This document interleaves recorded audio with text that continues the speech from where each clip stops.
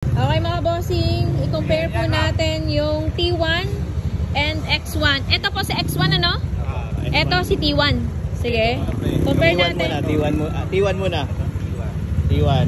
Okay, patayin si T1, X1. X1. Mas flat lang siya, no? T1. Parehas lang. Ay mo yan. Ibuhayin niya, o. Ibuhayin ko. Burado yan.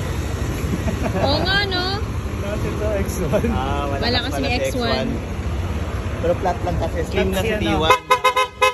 Siya yung mga pangsingitan na ilaw. Singitan mo si T1. Okay. Maganda na ito, ang ilaw nito bro.